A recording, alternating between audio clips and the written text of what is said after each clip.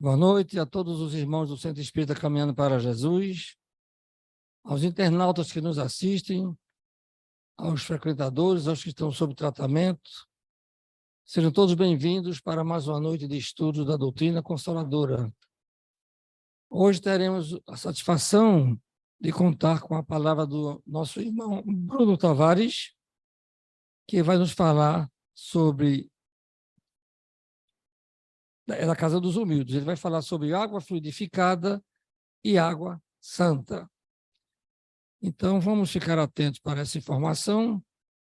Pedimos, por favor, que desliguem seus celulares. E nosso irmão Ferreira fará a prece inicial.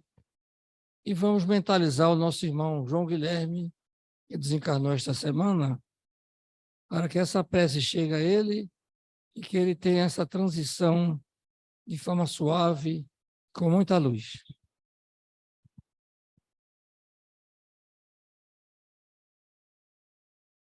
Boa noite a todos. Sejam todos bem-vindos a essa casa de oração e trabalho. Pai amado, Jesus Mestre querido, Maria Mãe Santíssima, Mãe de todas as mães, espiritualidade maior que coordena essa casa, agradecidos estamos por essa oportunidade de estarmos aqui para aprender mais um pouco dessa doutrina consoladora, dos evangelhos de Jesus.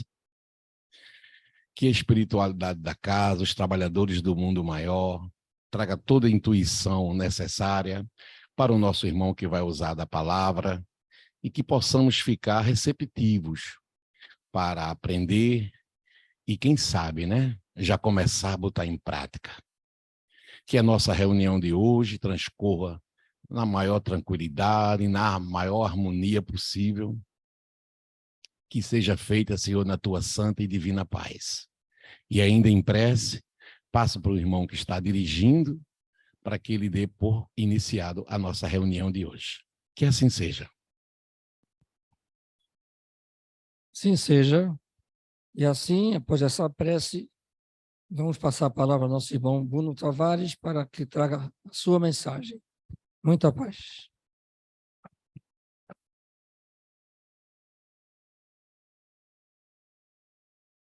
Bem, meus queridos amigos e irmãos, boa noite.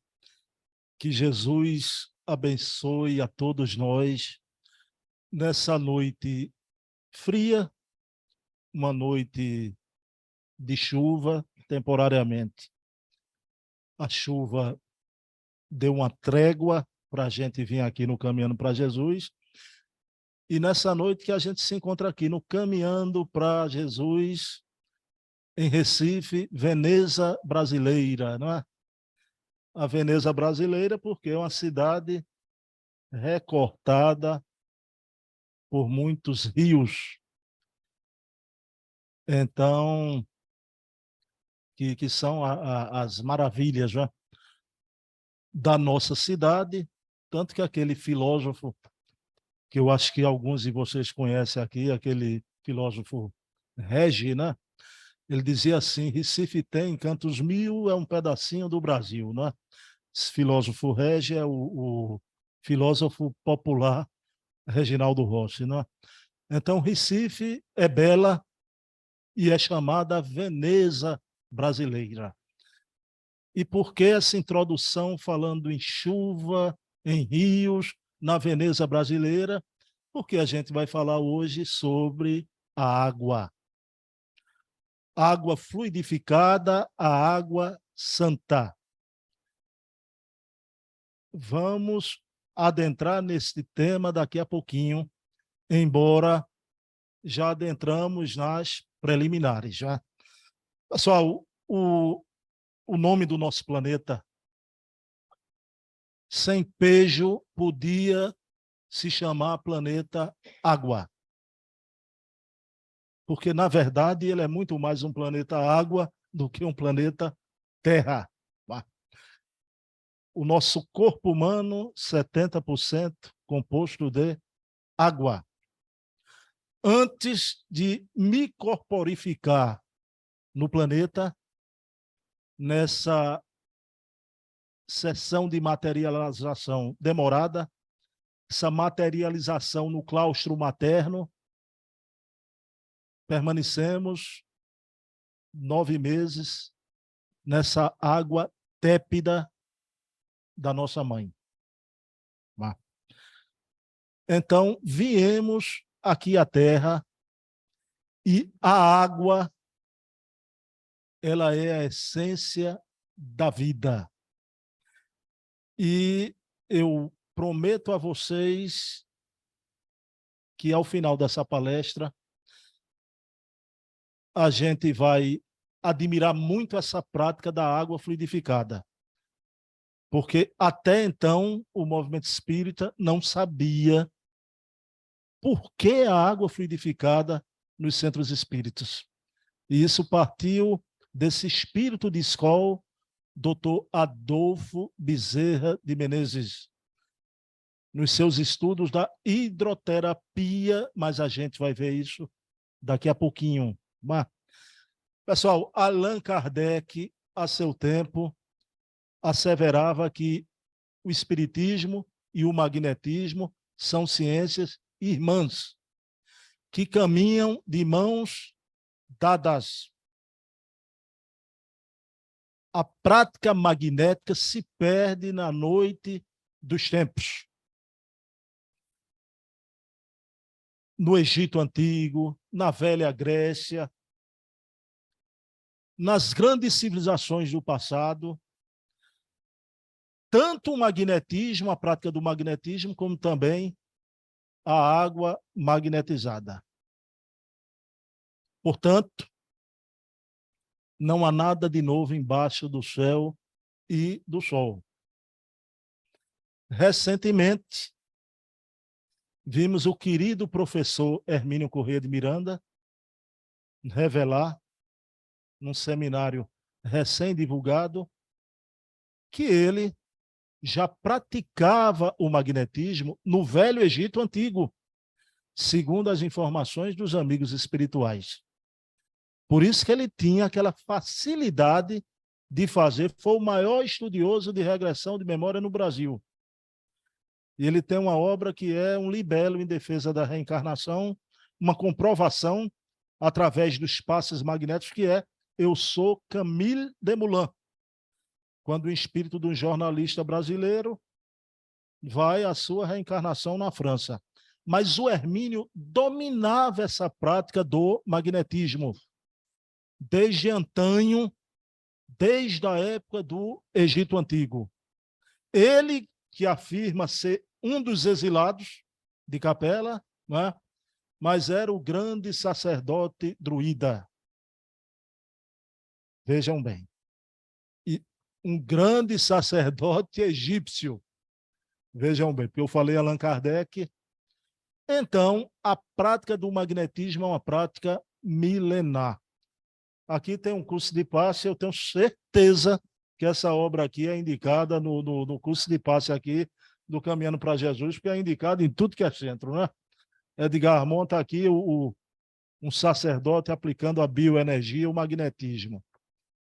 Mas vejam bem, na época de Kardec, quando se deparou com a fenomenologia espírita, ele já era um profundo conhecedor da prática magnética. Kardec viveu aquela época do Marquês de Passegui, do Barão do Potete, de Charcot, Deleuze, de Alberto de Rochat. Alberto de Rochat, um conde e engenheiro, né? Foi o primeiro a realizar regressão de memória, depois dos dias do Espiritismo, né? Na sua obra clássica, As Vidas Sucessivas, de Alberto de Rochat. Então, ali na França, Kardec visitava aquelas escolas dos magneticistas, não é? Então, por isso que Kardec, quando viu aqueles fenômenos da mesa, ele pensou que era uma lei desconhecida do magnetismo. Então, olha lá. Mas depois ele viu que ali tinha uma inteligência, né? E todo efeito tem uma causa. Se o efeito é inteligente, a causa haveria de ser inteligente, e ele chegou à conclusão, porque o oráculo falou, somos espíritos, ele chegou à conclusão, graças a Deus, que ali se apresentavam os espíritos. mas a prática do magnetismo perdurou. No espiritismo, então, a prática do passe. Essa prática santa também do passe. Hoje vamos falar da água fluidificada. Então, o passe em cada casa espírita é o grande atrativo. No início, a pessoa vem no centro espírita, não é para ouvir o pessoal palestrando, não? É pensando no segundo horário, acabar a palestra para tomar um passe. E a gente vive num país muito crédulo ainda, né? Lá na Casa dos Humildes tinha uma senhora que era engraçada, né? Ela sentava para tomar passe e colocava uma foto da família no colo para tomar o passe, né?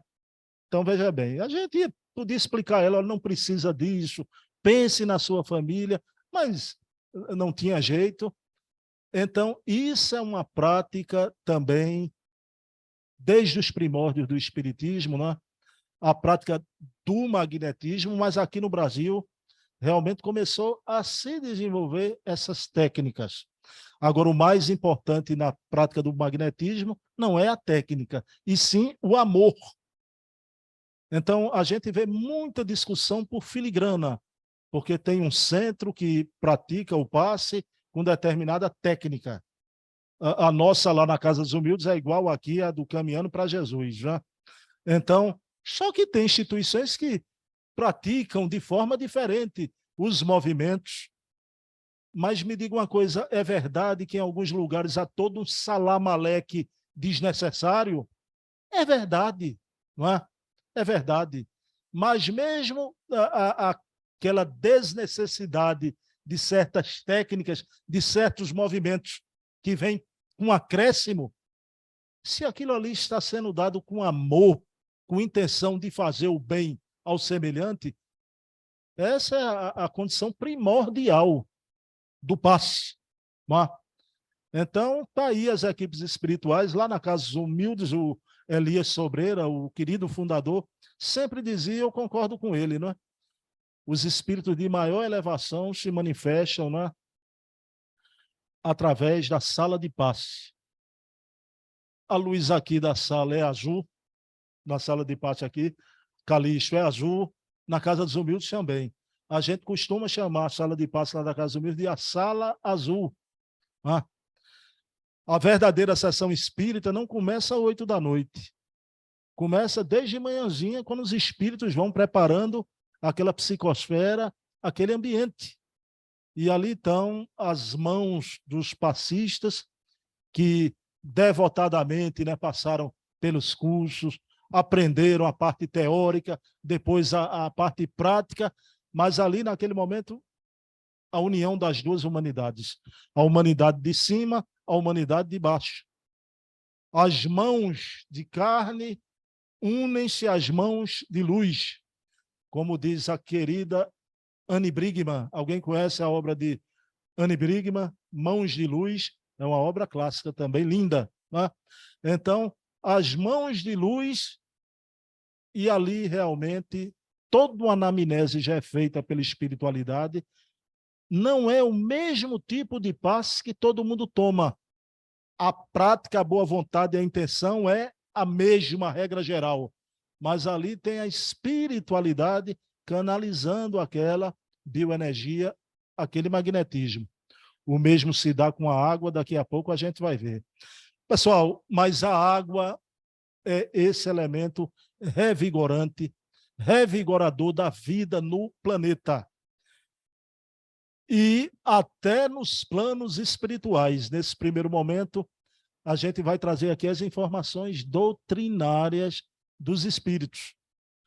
A importância da água. A água aqui na Terra, vejam bem, ela tem essa finalidade maravilhosa. No plano espiritual, essa finalidade se desdobra em nuances desconhecidas do ser humano. A gente vai ver aqui o banho do mar, sua importância, daqui a pouco a gente vai ver isso. O banho do mar para a criança. para problemas de reumatismo, bexiga, rins. A gente vai ver isso com o doutor Bezerra de Menezes daqui a pouco. Pessoal, então, no plano espiritual, os espíritos trazem informações dos rios, das águas, nos planos adjacentes à terra. Sim, aí alguém, aquele velho ditado, né? Alguém pode obtemperar. Ah, quer dizer que lá é uma cópia daqui, é? Ao contrário, né? O mundo material é uma cópia bastante acanhada do mundo espiritual. Bastante acanhada. Então, tudo que tem aqui, tem lá. Agora, lá tem muita coisa que não tem cá. Se tudo que tem aqui tem lá, a água existe nesse mundo, nossa pátria verdadeira, a pátria primitiva, original. Então, Chico Xavier vai lançar Nosso Lar, que vai falar aqui no campo das águas, no bosque das águas. Mas antes de Chico Xavier é impressionante, pessoal, porque aqui no Brasil, quando ele lança Nosso Lar, na mesma época, final da década de 30, início da década de 40, lá em Londres, na Inglaterra, o reverendo Wallenhoven lançava a sua obra A Vida Além do Véu. Olha lá, um reverendo, um sacerdote inglês. O que é que acontece? Essa obra é tão importante na história do Espiritismo que a Federação Espírita Brasileira, essa edição é da FEB, resolveu editar lá A Vida Além do Véu, do reverendo Wallenhoven. André Luiz fala nas colônias espirituais. O reverendo, de acordo com a sua forma de pensar, da sua cultura, da sua fé, a revelação que veio por ele falava nas aldeias do céu. O André Luiz fala em meio de transporte. O reverendo da mesma forma. Idem. Só que há um momento, o Chico Xavier, aqui em Minas, que não tinha curso superior, só curso primário, e o grande reverendo teólogo formado nas universidades da Europa, disseram a mesma coisa e mandaram o mesmo recado na mesma época. Só que o Chico não tinha batina para perder.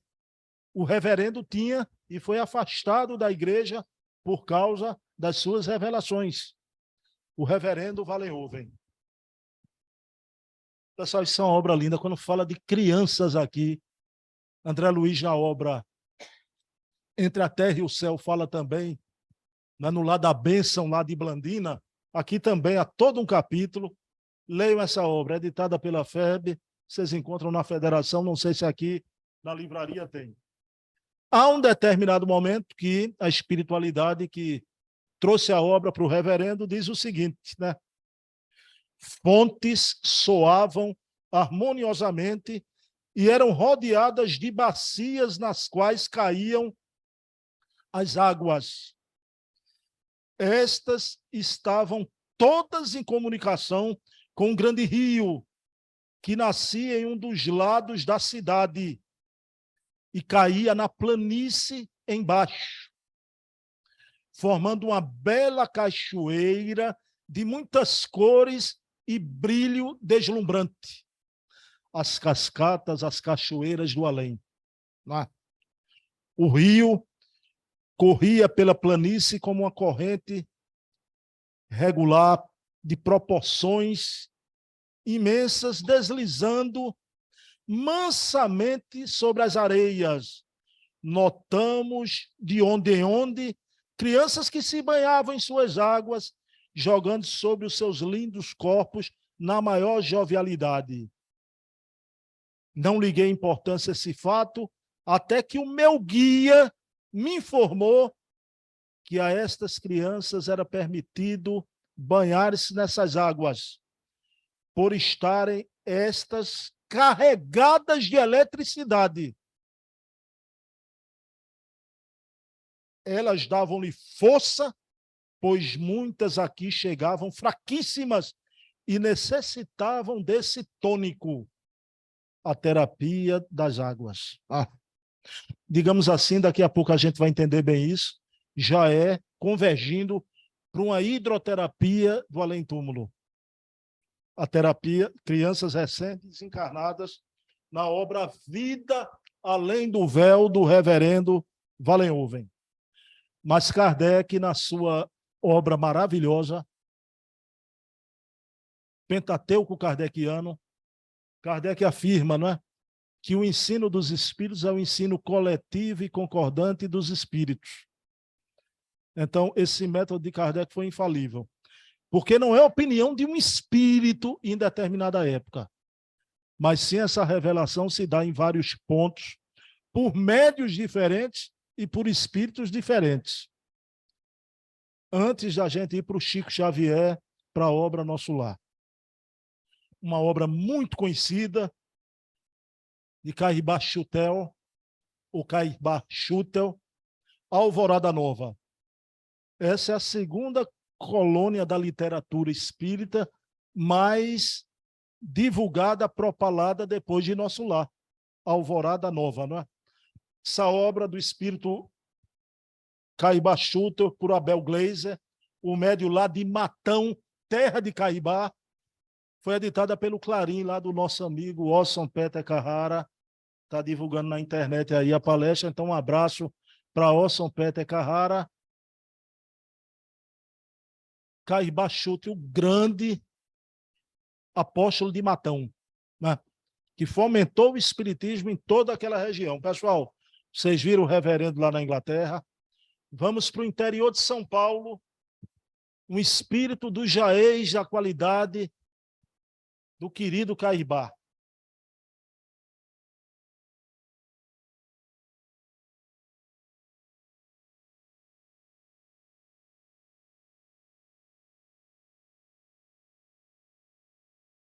Olha lá, novamente, Caibá, já numa psicosfera aqui do Brasil, se existia nos planos espirituais adjacentes lá a Londres, na Inglaterra, aqui no Brasil,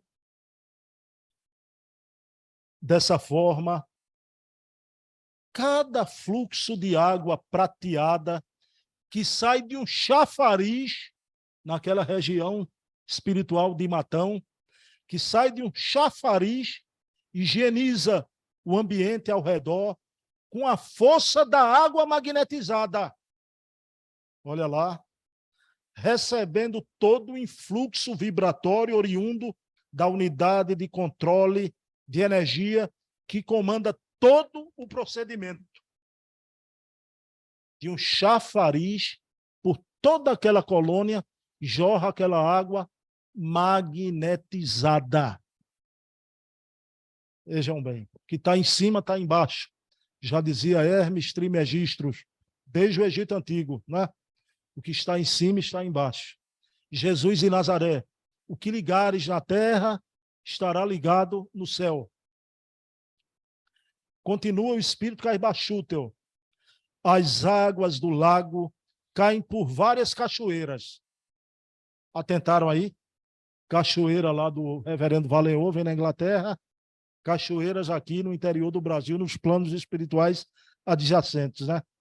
As águas do lago caem por várias cachoeiras, formando cortinas transparentes que perpassam o verde lateral dessa superfície. Pode-se observar inúmeros veios de água prateada, brilhante e forte, formar 20 canais, dispostos lado a lado como uma flor que desabrocha e cai em pétalas, tomando a forma de um imenso coração, numa conjugação harmoniosa das águas com a vegetação. Aquela música aquela música é uma oração. A letra daquela música não é da terra. Guilherme Arantes foi o médium, né? Aquela música Planeta Água, né? Então, que banha as planícies, né? A vegetação, e sempre voltam humildes para o fundo da terra, né? aquela letra, se me contassem que Emmanuel psicografou, não é? E deu de presente para Guilherme Arantes, eu acreditaria, porque é uma prece, é uma oração. Então, olha o que diz aqui: peixes de cores brilhantes fornecem aos veios d'água uma visão admirável. Essas águas magnetizadas têm até peixinhos, porque os animais têm alma. Há animais do além-túmulo? Pergunta ao contrário. Há animais da terra? Não. Porque lá é o mundo cáusico, a causa primeira de tudo. Né? Então tá aí, Cair Bachutel e Reverendo Wallenhoven. Aí vem essa obra notável, inclusive divulgando já aqui, vai ter o nosso Lá 2 agora, né? Quem vai fazer o papel de Clarencio é o Edson Celulari, o grande ator Edson Celulari, né? Vai ser um sucesso de bilheteria garantido, né? Então aqui, isso aí já é mais conhecido do grande público espírita, não é? O Bosque das Águas, que André Luiz se refere, não é? Temos aqui uma das mais belas regiões de nosso lar, o Bosque das Águas. Trata-se de um dos locais prediletos para as excursões dos amantes. Excursões dos amantes. Tem namoro no plano espiritual também? Almas que simpatizam e se enamoram? O que está embaixo está em cima. Se a gente se enamora aqui na Terra, você não vai se enamorar. Os casais que se reencontram depois de uma vida de luta aqui na Terra, cônjuges. Então, o Bosque das Águas é esse local de frequência, não é? Dos amantes, que aqui vem tecer as suas mais lindas promessas de amor para as experiências da Terra, se preparando até para futuras reencarnações. Esses amantes se encontram no Bosque das Águas. Por isso que Emmanuel diz que quando o casalzinho se encontra aqui na Terra, né, o namoro é a fase do doce mistério, né? Então a gente fica com aquele período da descoberta, né? Mas aquilo ali não começou na Terra, aquilo já começou no Bosque das Águas lá, da espiritualidade, né? Aí aqui na Terra a gente vem com o véu do esquecimento, aí a gente esquece desses encontros no Bosque das Águas, né? Eu me lembro do meu período de noivado, né? Que eu ligava para minha noiva, minha esposa hoje, ela não atendia, aí eu já ficava preocupado. Eu ficava esperando, olhando para o telefone, né? Esperando tocar de volta, né? Então, pessoal, a vida, a reencarnação, a família, há uma preparação adrede, como diz aqui, em lugares belíssimos, né? Belíssimos. Ali é o grande reservatório da colônia. Todo o volume do Rio Azul que temos à vista é absorvido em caixas imensas de distribuição. As águas que servem a todas as atividades da colônia partem daqui. Em seguida, reúnem-se abaixo dos serviços de regeneração e voltam a constituir o rio, que prossegue o curso normal rumo ao grande oceano das substâncias invisíveis para a Terra. O Mare Magno do além. O grande mar, o rio do Axeronte, que os egípcios antigos falavam. O grande mar do além, o Mare Magno, existe. O oceano do infinito. Percebendo uma indagação íntima, acrescentou: com efeito, a água aqui tem outra densidade muito mais tênue, pura, quase fluídica. Notando as magníficas construções que me fronteavam, indaguei: aqui, ministério, está o serviço de distribuição. Imagine, elucidou Lísias, esse é um dos raros serviços do Ministério da União Divina. O visitador sorriu e obtemperou: na Terra quase ninguém cogita seriamente de conhecer a importância da água. Desperdiçamos. Ó. Em nosso lar, contudo, outros são os conhecimentos. Nos círculos religiosos do planeta, ensinam que o Senhor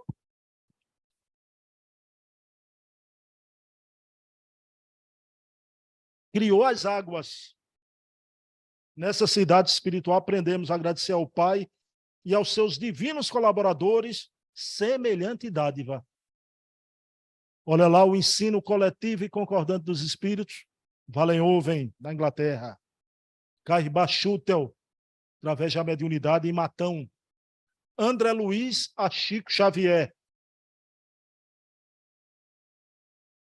Mas vamos entrar nesse momento, no meio da reunião, na questão que nos trouxe aqui, não é?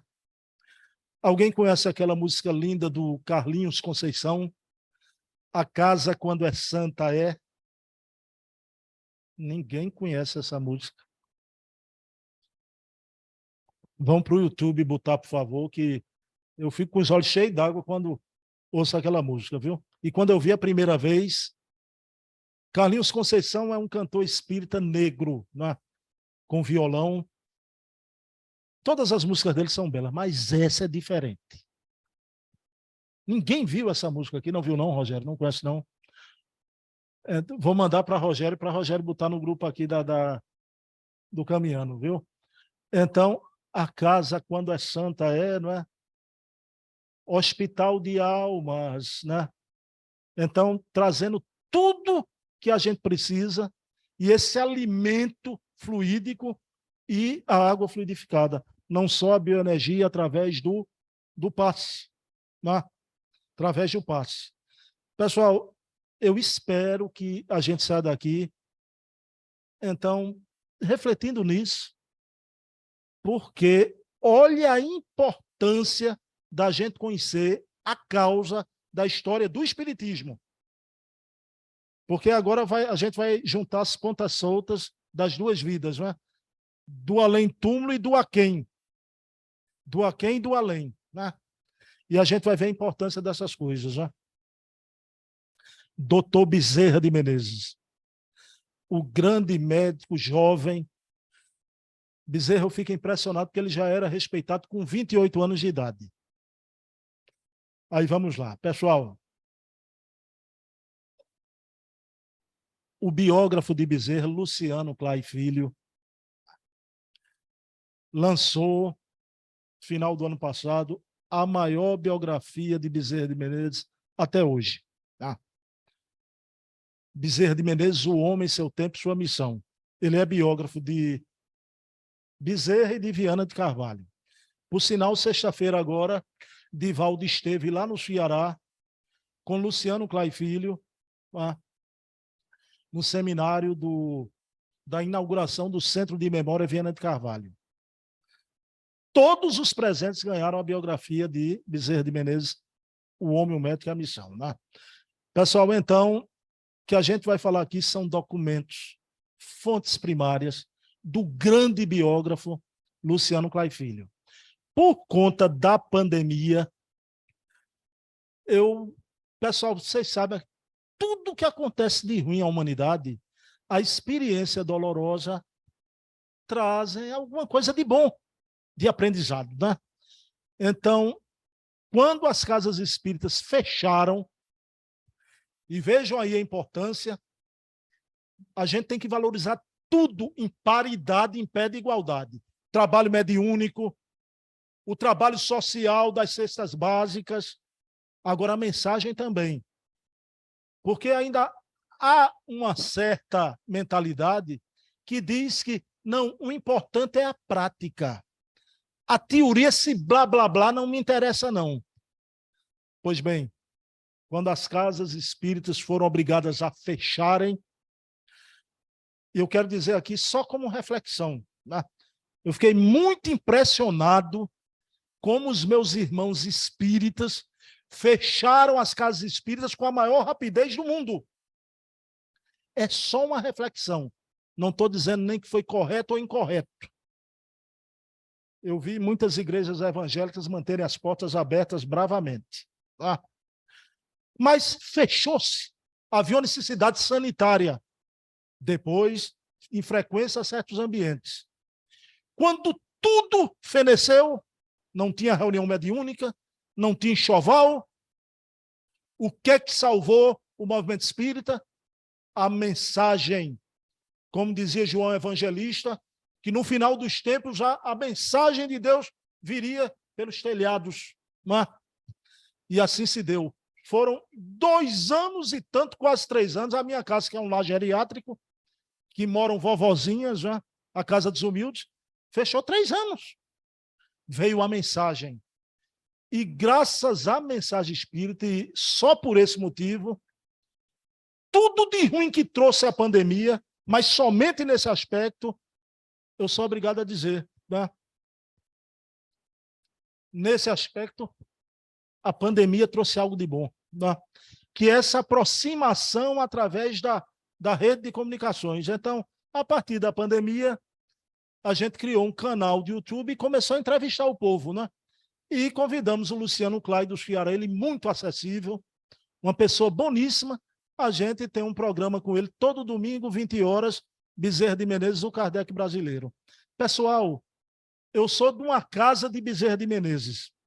E que a gente vive falando Bezerra de Menezes, repetindo equívocos de velhas biografias que não correspondem aos fatos.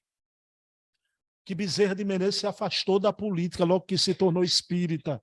Ah. Ledo engano.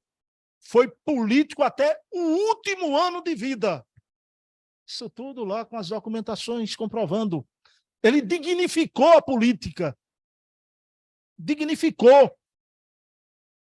Foi um exemplo de político na terra. Quem vê de Dr. Freitas Nobres os cadernos da Câmara Federal, os discursos de Bezerra, mas aos 28 anos ele já era um médico respeitado antes de ter o diploma. Então, as grandes enchentes no Rio de Janeiro. Bezerra de Menezes chora quando na Tijuca, onde ele morava, desencarna arrastado pelas águas a sua escrava negra. Bezerra chora porque era assim que ele tratava o ser humano. E ele vai ver uma filhada, parente de um grande desembargador, amigo seu, uma menina de 15 anos de idade também arrastada pelas águas, e ele vai consolar os pais. Então, Bezerra vai se formar, vai atuar no Hospital da Santa Casa da Misericórdia. A coisa de Bezerra é impressionante. No dia que ele vai, aliás, fazer o vestibular, ele sai do Ceará, chega no Rio de Janeiro, quando chega no portão da Faculdade de Medicina, aliás, não era nenhum vestibular, era a matrícula já, os portões fechados. Quando ele vê uma menininha loira, se aproxima, estava com uma cuidadora, não é? Então, se aproxima e diz, você está chorando? Ele estava desabando nas escadarias da Faculdade de Medicina. Ele perdi minha matrícula, eu vim de longe. E ela, o senhor veio de onde? Do Ceará. Ela, o senhor podia me seguir? Venha, e pegou pela mão dele. Uma menininha de 6 anos de idade. E o Bezerra ficou olhando, não entendeu.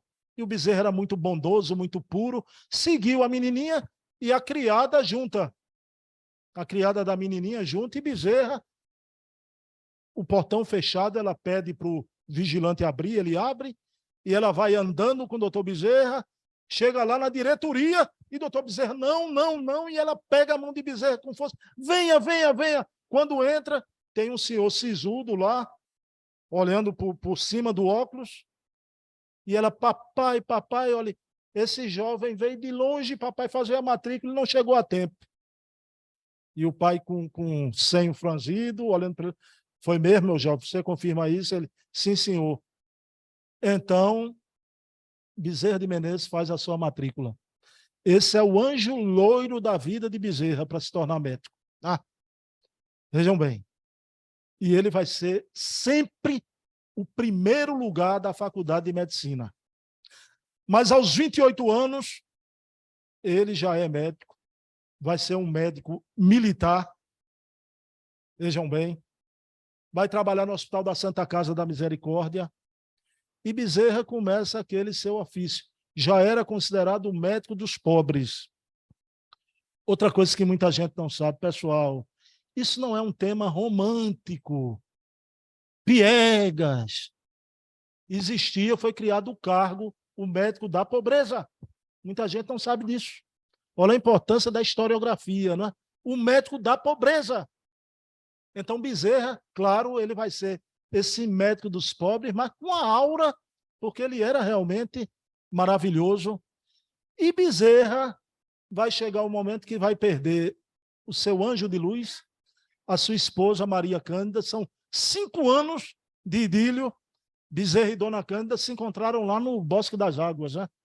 E reencarnaram. Ele mais velho que ela era quase uma criança. E desencarna, 5 anos de casamento.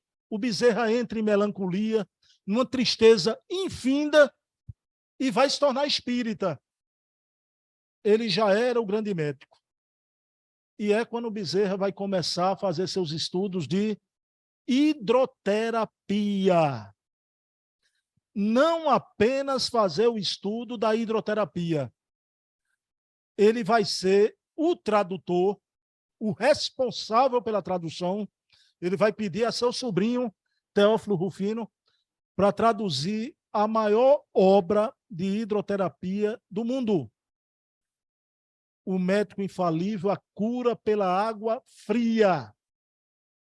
E foi criado um departamento no Hospital da Santa Casa de Misericórdia, o departamento de hidroterapia. O Bezerra foi o responsável pelo departamento de hidroterapia. Ele traduziu a obra de Richard Chapman Cleridge. Essa obra, O Médico Infalível, a cura pela água fria. E Bezerra vai começar a estudar. Bezerra era formidável. Ele queria atingir as mulheres. E ele vai criar, usando um pseudônimo do nome de Ana da Silva, mas era ele, Bezerra, ele vai criar uma obra, Receitas Caseiras de Ana da Silva. O pessoal ficou na expectativa, inquieto, porque era uma obra com uma conotação popular, de medicina para as mães cuidarem das crianças, né? Mas logo viram que Ana da Silva tinha uma grande erudição, era muito culta, preparada. E é nessa obra, Receitas Caseiras de Dona Ana da Silva, que o Bezerra começa a falar sobre as virtudes do banho do mar, né? O ozônio marítimo, o sal marinho, a importância da água do mar para as crianças de tenra idade, para quem tem reumatismo congênito, problema de rins, bexiga. Então, veja bem, o Bezerra, através dessa receita caseira de Dona Ana da Silva, ali já era todo o seu esforço, o seu estudo, o seu conhecimento da hidroterapia. Mas como vocês já sabem, não é? Quem nunca fez uma prece, até no catolicismo, e deixa um copo d'água na mesa? Só tem que foi nessa época que Bezerra se torna espírita, e como grande estudioso do espiritismo, ele leu a pergunta 33 do livro dos Espíritos, da mudança da matéria original primitiva, né? E o Bezerra, genialíssimo, né? Com o seu poder de dedução, então começou aí a incrementar a água fluidificada nos centros espíritas do Rio de Janeiro. Pessoal, com humildade eu pergunto a vocês, quem aqui sabia disso? Eu jamais soube disso. Não. Eu não tinha noção, não tinha ciência. A gente vai fazendo a coisa, mas por osmose, né? A gente toma água, não pergunta de onde vem, de onde surgiu isso. Como tanta coisa na casa espírita, não é? Então, vejam bem, o querido e grande Bezerra de Menezes, até isso, o movimento espírita deve a ele, né? Então, essa prática, claro, foi uma coqueluche numa fase, mas depois terminou uma prática permanente no movimento espírita. E é a garrafa d'água que é trazida ali. Pessoal, aqueles fluidos medicamentosos da farmacopeia divina, do laboratório do mundo invisível, que Kardec fala no livro dos médiuns. Você deixa a sua garrafinha ali, não pense que são as mesmas substâncias espirituais para todo mundo igual. Não! Os espíritos fazem uma anamnese sabem ali a necessidade de cada um, não é? Então vejam bem, e a gente toma, leva para casa, toma água fluidificada. Pelo menos na Casa Humildes, eu vou ferir alguma regra aqui, peço desculpa, lá na Casa Humildes está inserida no tratamento. Mas mesmo em época que a pessoa não está em tratamento, se não está se sentindo bem, quer trazer água, ela é fluidificada. Aqui é, Calixto. A pessoa pode trazer da mesma forma, olha lá. Então, a água santa, a água fluidificada, o nosso evangelho no lar, né? Você forra a mesa, faz o evangelho, bota lá a água fluidificada, quantidade de copos, né, dos participantes, né? Ora, a espiritualidade ali, a humanidade invisível. Então, derrama esse medicamento, né? Então, de uma importância, pessoal, isso aí é de uma importância, tá? Como tantas coisas do passado. A gente, quando não tinha aqui antibióticos, nossos avós era prata coloidal, né? Já ouviram falar em prata coloidal, né? E que é muito bom. Então, vejam bem, a água santa à nossa disposição, de graça. Quem não pode vir ao centro espírita, pode fazer uma prece e pedir para a espiritualidade fluidificar a água. Então, graças a esse grandioso espírito, Dr. Bezerra de Menezes. No livro Loucura e Obsessão, é uma coisa impressionante. O livro Loucura e Obsessão foi editado há 15 anos atrás. O livro de Manuel Filomeno de Miranda, por Divaldo Pereira Franco. Aí vejam bem, o Luciano Clay, biógrafo, conversando conosco, né, na sua pesquisa, Bezerra de Menezes, O Homem, Seu Tempo, Sua Missão. Eu tenho a obra também. Há uma mensagem no livro do Divaldo, do Manuel Filomeno de Miranda, Loucura e Obsessão, do Bezerra de Menezes, uma mensagem maravilhosa de meia página sobre os benefícios da água. Só que é Bezerra desencarnado. Pessoal, o que é que a gente quer dizer com isso? O Bezerra, que aqui na Terra foi o maior estudioso do Brasil da hidroterapia, traduziu a maior obra de hidroterapia do mundo através de seu sobrinho. Bezerra desencarnado, a vida prossegue. Aquilo que foi nossa eleição aqui na Terra permanece no além-túmulo, até para os grandes gênios, para as grandes almas. Ele continuou.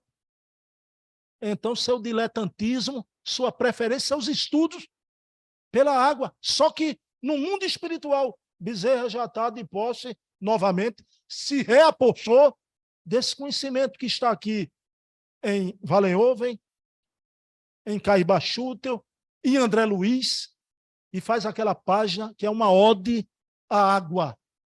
A água. Então, vejam que espírito. Agora me diga uma coisa.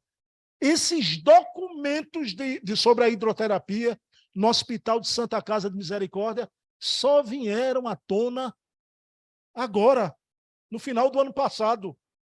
Divaldo, há 15 anos atrás, não sabia disso, do devotamento de Bezerra pela hidroterapia.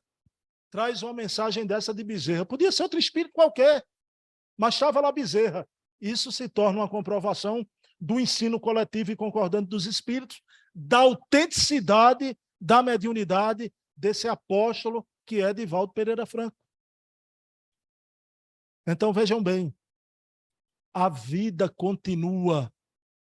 Então, é o maior assimilador energético do planeta Terra. Eu me lembro de Fernandinho dizer uma coisa que ele está certo, né? Pessoal, só que vocês vão fazer de forma diversa, né? Fernandinho dizia isso, é verdade. Quando você sentir o ambiente de sua casa pesado, não é? Claro que a gente tem que modificar o tônus vibratório, o diapasão mental. Mas você coloca uma bacia no meio da sala por algum tempo. Claro, depois você pega aquela bacia e joga fora a água. Ela é um assimilador energético. Agora você muda, né? Tem que ter o fator comportamental. As atitudes, né? Então, muito cuidado. Tem gente que no seio da família chama palavrão, né? Isso aí grava, não é? Nas paredes, isso fica suja a psicosfera. Né? Então, o poder desse grande assimilador energético que é a água. Então, a água é curativa, o banho do mar, as cachoeiras, não é? Então, vivemos esse momento no Espiritismo em que nada há de oculto que não venha a ser descoberto. Pessoal, isso aqui não é o principal, isso é só um fator que eu vou trazer aqui, tá? Alguém já ouviu falar aqui em transcomunicação instrumental? Já ouviram, né? Olha lá. Então, que foram cientistas da Europa, Frederic Jungson, Konstantin Haudive, George Mick, né? Então, conseguiram captar vozes e imagens do além, túmulo. Está aqui a obra Transcomunicação. Né?